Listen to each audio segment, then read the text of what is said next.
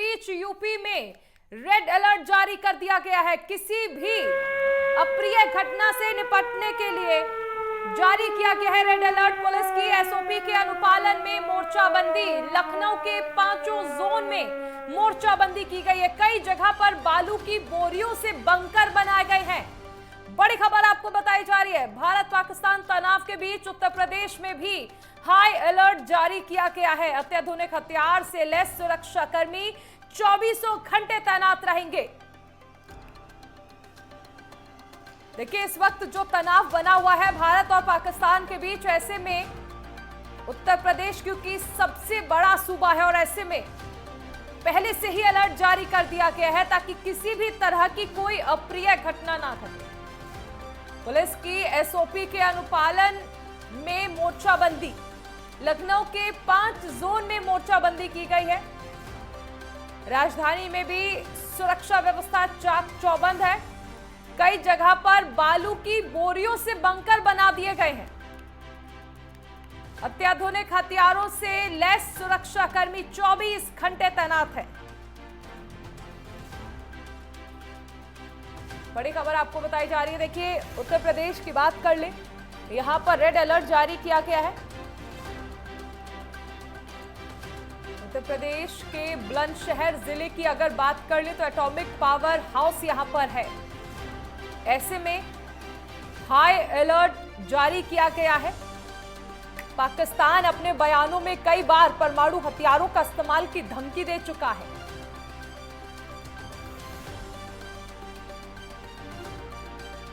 फिलहाल देखिए, उत्तर प्रदेश में हाई अलर्ट जारी कर दिया गया है। अत्याधुनिक हथियारों से लैस सुरक्षाकर्मी 24 घंटे तैनात रहेंगे। किसी भी तरह की कोई लापरवाही की कोई गुंजाइश नहीं है।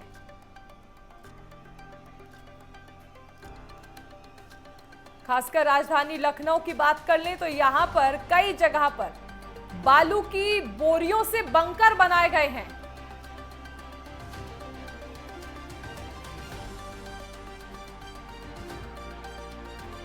हर स्थिति से निपटने के लिए उत्तर प्रदेश पुलिस तैयार है।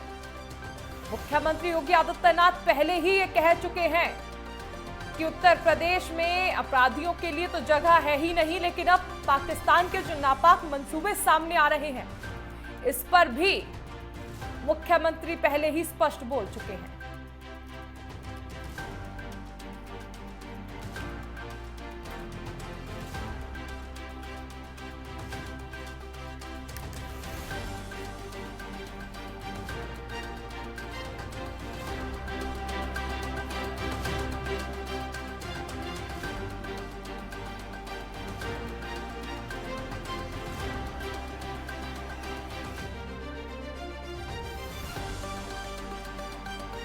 हमारे साथ राघवेंद्र जी जुड़े हैं जो कि स्टेट हेड हैं, और संजय चौधरी सहारनपुर से हमारे सहयोगी हमारे साथ जुड़ चुके हैं। राघवेंद्र जी, सबसे पहले आपके पास आएंगे। अगर हम देखें तो उत्तर प्रदेश सबसे बड़ा सूबा, तो जाहिर सी बात है सुरक्षा में किसी तरह की कोताही की कोई गुंजाइश नहीं है। बिल्कुल चारुल, अगर हम बात कर लें पहलगाम में जिस तरह से पाक पोषित आतंकवादियों द्वारा हमला किया गया और उसके बाद से तनाव मिला और लोकल इनपुट मिलने के आधार पे ही पहले तो उत्तर प्रदेश में जो नेपाल बॉर्डर के समीपवर्ती जिले थे, पीलीभीत हो, श्रावस्ती हो, बहराइच हो, महाराजगंज हो, बलरामपुर हो, सिद्धार्थनगर हो, वहाँ से जो अवैध मदरसे और मस्जिदें बनाकर अवैध गतिविधियाँ संचालित की जा रही थीं, उनको जमींदोज करने का काम योगी सरकार द्वारा किया गया। उसके बाद 7 मई को जिस तरह से भारतीय सैनिकों ने पाक में घुस करके जो आतंकवादी ठिकानों को नष्ट किया और 5 खूंखार आतंकवादियों को मार गिराया, उसके बाद से जिस तरह की तनातनी दोनों देशों के बीच में चली, उसके बाद से उत्तर प्रदेश में जो इनपुट थे उस आधार पर रेड अलर्ट जारी किया गया है पूरे उत्तर प्रदेश को। लखनऊ की बात कर लें तो पॉलिटेक्निक से लेकर 5 जोनों में जिस तरह से लखनऊ को बांटा गया है, वहाँ पे बोरियों से बना करके बंकर तैयार कर दिया गया है। और एक सिंबॉलिकल वो भी है कि अगर कोई इमरजेंसी होती है, जैसे देशों के स्लीपर सेल भी होते हैं जो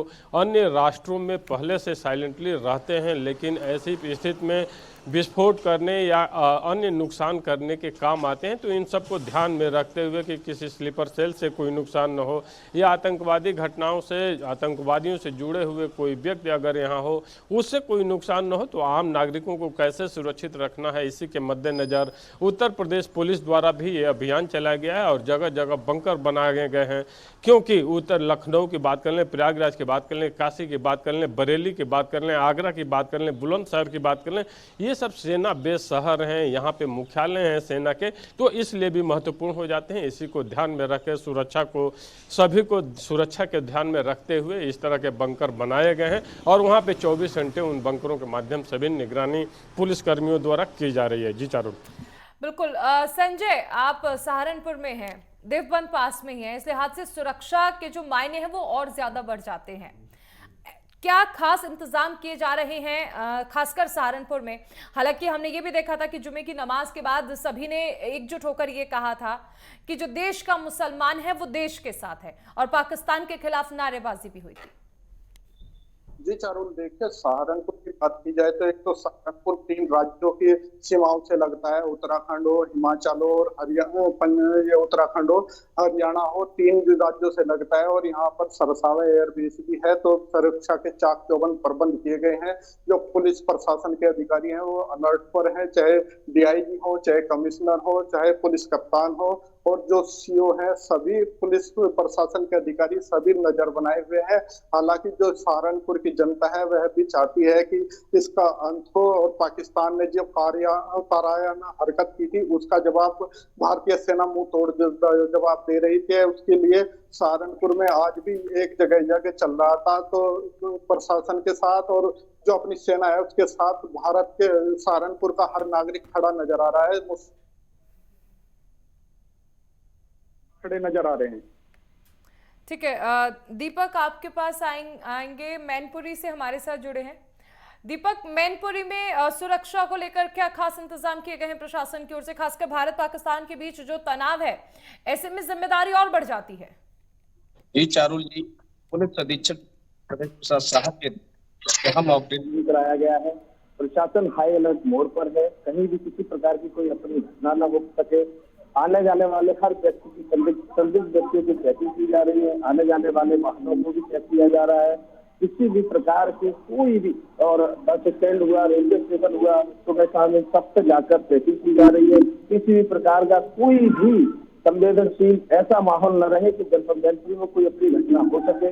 गणेश प्रसाद साहब के द्वारा जो पुलिस अधीक्षक मैनपुरी के हैं, जगह जगह जाकर अकस्मात चेकिंग की जा रही है। जी ठीक है, हमारे साथ दीपक सिंह जुड़े हैं कानपुर से।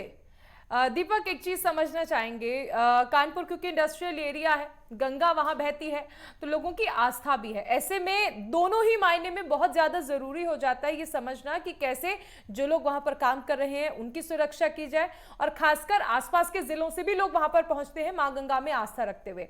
कई मायनों में कानपुर बहुत अहम हो जाता है। यहाँ सुरक्षा के क्या खास इंतजाम है?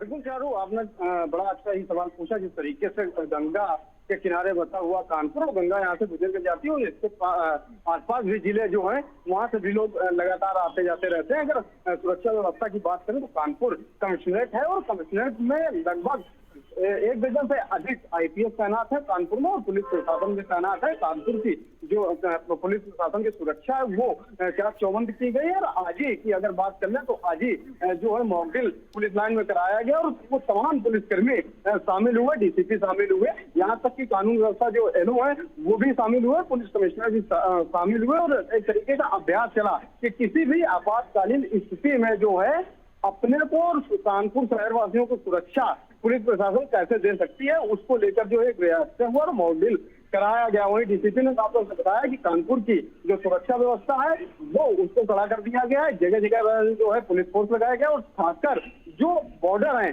या बात करें फतेहपुर जो बॉर्डर है वहां पर पुलिस प्रशासन लगाया गया है। इधर कानपुर देहात की बॉर्डर है उधर लगाया गया है। इधर बेल्लौर के आगे कन्नौज पड़ता है उसके पास बॉर्डर पर जो है पुलिस प्रशासन लगातार लगी और रात्रि में जो है वो चेकिंग अभियान भी लगातार चल रहा है। किसी भी तरीके की कोई भी चूक सुरक्षा में न हो इसको लेकर कानपुर पुलिस प्रशासन जो है कमिश्नर वो पूरी तरीके से तैयार है और सुरक्षा व्यवस्था के कड़े इंतजाम किए गए हैं। लगातार जिस तरीके से भारतीय सेना ने पाकिस्तान पर हमला किया इसके बाद तनाव की स्थिति बनी हुई है तो उसको देखते हुए जो भी पुलिस प्रशासन के अधिकारी हो या राघवेंद्र जी, सीएम योगी आदित्यनाथ देखिए पहुंचे हैं, अयोध्या की तस्वीरें हमने दिखाई और यहां से हनुमानगढ़ी से वो रामलला के दर्शन करने जाएंगे, राम मंदिर निर्माण कार्य की समीक्षा भी कर सकते हैं।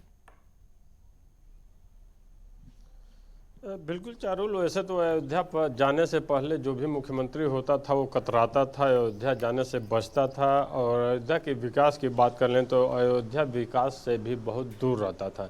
लेकिन मार्च 2017 में जब मुख्यमंत्री योगी आदित्यनाथ बने तो उसके बाद से सर्वाधिक बार जाने का रिकॉर्ड अयोध्या में योगी आदित्यनाथ के नाम है और विकास की एक नई लकीर उन्होंने खींची, नई गंगा बहाई, जिससे आज इंफ्रास्ट्रक्चर के मामले में अयोध्या एक नई इबादत, नई कहानी लिखा हुआ है। अब बात कर लें अगर हनुमानगढ़ी और राम मंदिर की तो राघवेंद्र जी एक चीज और समझना चाहेंगे कि अगर हम बात कर ले भारत पाकिस्तान के बीच जो तनाव बना हुआ है, ऐसे में बुलंदशहर की बात कर लें क्योंकि बुलंदशहर वो जिला है जहां पर एटॉमिक पावर हाउस भी है, वहां पर इस लिहाज से और भी ज्यादा संवेदनशील हो जाता है। क्या लगता है कि क्या अतिरिक्त इंतजाम जो है वो किए गए हैं, क्या अतिरिक्त निर्देश जारी किए गए हैं पुलिस कर्मियों को, खासकर ऐसे संवेदनशील जिलों के लिए?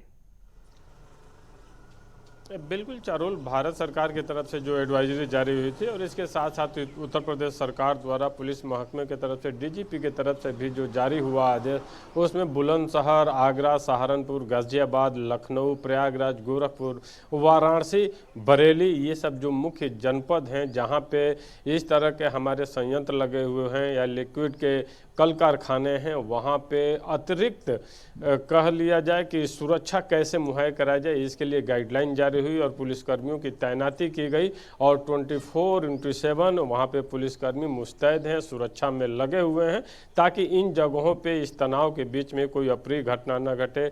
अगर युद्ध जैसी स्थिति बनती है और कहीं से हमला होता है तो उससे कैसे पार पाया जाएगा उसकी भी व्यवस्था इन शहरों में की गई है। तो बुलंदशहर से लेकर गाजियाबाद और लखनऊ, गोरखपुर, काशी, आगरा, ये जो भी जनपद हैं, प्रयागराज की बात कर लें जहाँ पे डिफेंस से संबंधित इस तरह के मुख्यालय हैं या फिर बुलंदशहर में नौरा की बात कर लें, जिस तरह के संयंत्र हैं उनको बचाने का, सुरक्षित रखने का और आम नागरिकों को सुरक्षित रखने के लिए सरकार की तरफ से उत्तर प्रदेश पुलिस द्वारा अतिरिक्त पुलिस बल फोर्स लगाई गई है ताकि कहीं से कोई अप्रिय घटना देखने को न मिले।